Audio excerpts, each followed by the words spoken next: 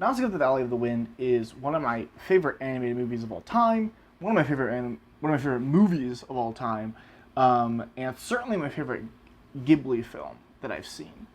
Um, it has so much going on, and to be Hayao Miyazaki's first original film is kind of crazy.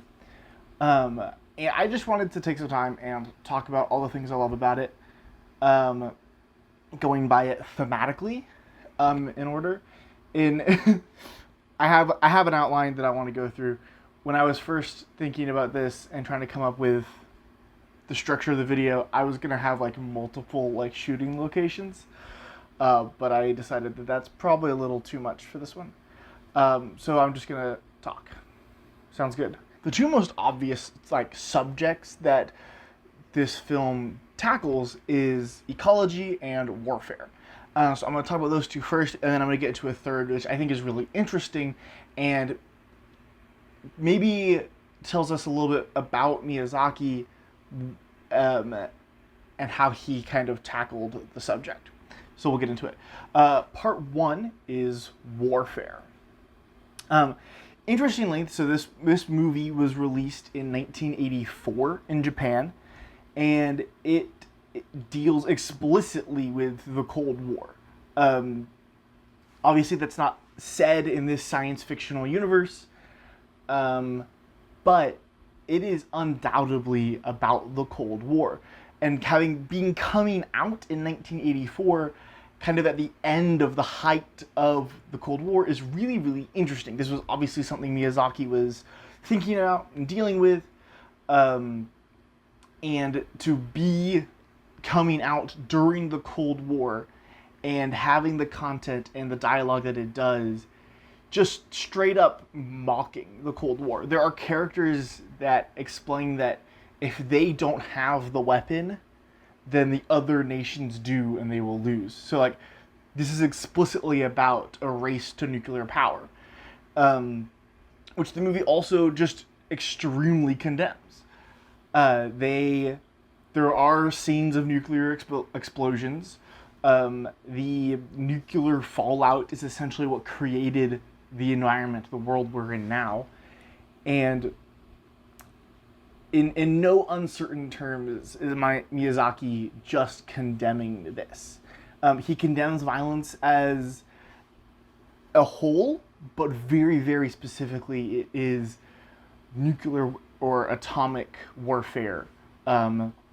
Also, obviously, partially a reaction to the bombings in Japan in World War II. This is an anti-war film. Our main character, Nausicaä, explicitly says that like her goal is to end this conflict without anyone else dying. That doesn't happen. People explode. Airplanes explode. There's a portion at the beginning of the film where the Valley of the Wind, is invaded by another nation, and the nation says that they are there to bring peace and security and whatever, to our new empire type thing. And so it's really just like, it's one of my favorite things about Miyazaki, at least in this film, is that he's blunt, but he does blunt really, really well. A lot of times, very blunt kind of media like this doesn't handle it well.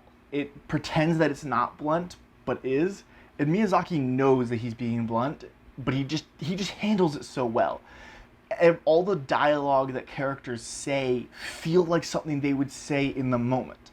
None of it's out of place. None of these characters feel like mouthpieces for the director, but it's very clear that this is what the director is saying. And all of this warfare to reclaim these massive weapons, these effective atomical bombs, or nuclear bombs, is what caused the cataclysm, the apocalypse in the first place. The warfare from the past led to ecological disaster and the current state of existence. And so that gets into the second kind of topic that Miyazaki is really, really dealing with here, is eco-catastrophe. The first time I watched this, I kind of viewed this as like an ecological revenge type story.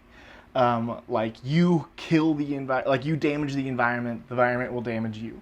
Like that's kind of what I was looking at this with. But on my most recent rewatch, I was thinking about how there was a piece of dialogue specifically from Nausicaä talking about how it's not the plants, it's not the toxic jungle, as they call it, that is like intentionally killing them. It is the fact that they have poisoned like the topsoil. And not just the topsoil, but deeper than that, like with their mass weapons of destruction that has poisoned the earth and the water. And so it isn't, and so like that comes through in the spores that are released and in the plants. The plants become toxic because of that, but it's not that it's not that the environment is reacting against them, it's that the environment is adapting to them, to what they've done. In the film, the water at the bottom of the wells is always the best. It's clean. You can grow plants from the toxic jungle with this clean water. They go to this clean, pure section that the toxic jungle is actually purifying. It's a purifying force to the poison that they've created, or their ancestors have created. So obviously he's getting at, ecological resilience. One of the big messages that he's hammering home here is that man relies on nature. Nature does not rely on man. Nature will adapt to the environment, but without it, man will die, but without man, nature will be fine. Too much fire gives birth to nothing. Fire can reduce a forest to ashes in a day, while it takes the water and the wind 100 years to grow one anew. We prefer the ways of the water and the wind. The princess will be devastated when she sees that our forest is gone. This third section that I want to talk about is, I don't know necessarily, like it's obviously intentional from Miyazaki, but I think I see deeper into it than maybe he intended.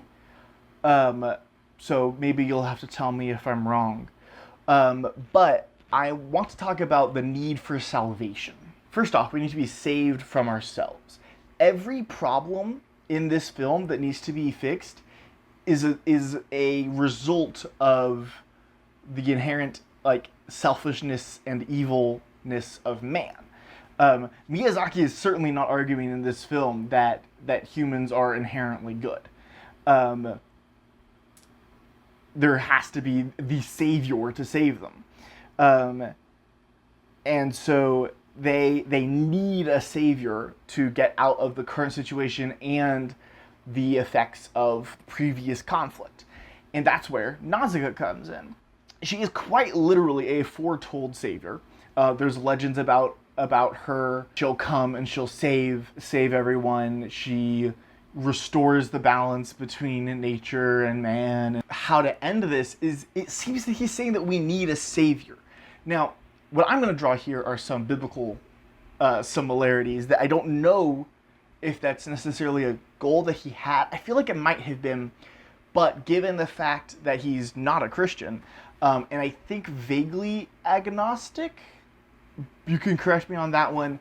I'm honestly, I tried looking around and couldn't really find anything for sure. So if you know, let me know. There are very clear allusions to the biblical story of Christ.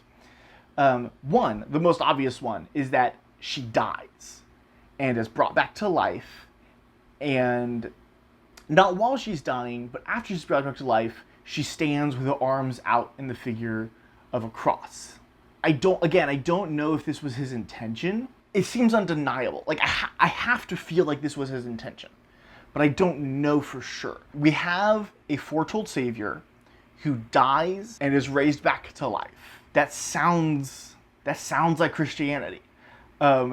and this is the only way that humankind will be saved from their own sins. I feel like I'm not pulling at strings, but also this is something I don't see anyone talking about.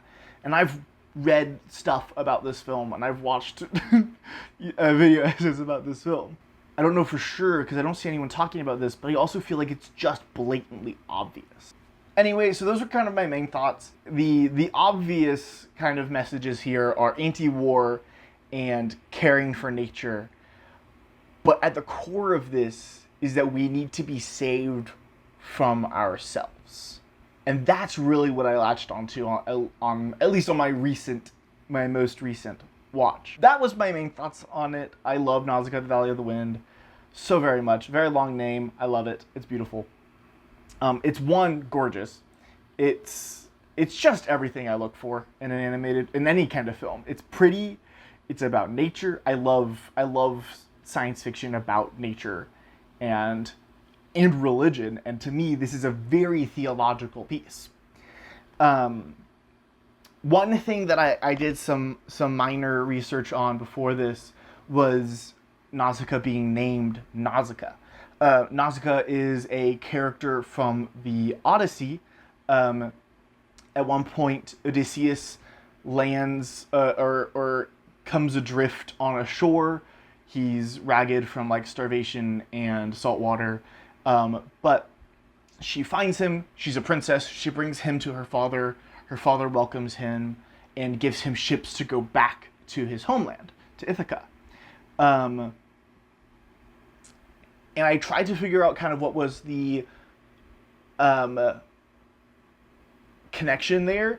I reread that portion of the Odyssey. She doesn't really have similar, like, actions she takes. The role she has in the story isn't similar at all. Nausicaä means burner of ships, which on a very surface level kind of makes sense. Like, if we're connecting ships to warfare, then she's ending warfare. I think that's kind of the closest name kind of connection I got there.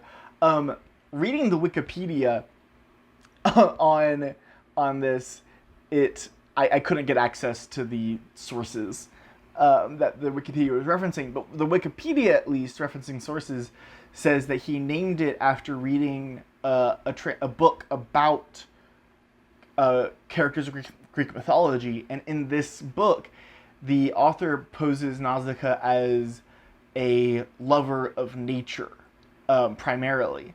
And so he named her Nausicaä, and then later when he read the Odyssey, he was a little disappointed because he's like, that's not actually this character, which I think is interesting. But that's kind of what I got on her name, which was a fun little rabbit hole to go down. Anyway, that's my thoughts on Nausicaä. I think next I'm probably going to be talking about creating new life forms and Frankenstein. I think that's on next in the list. So I guess look for that.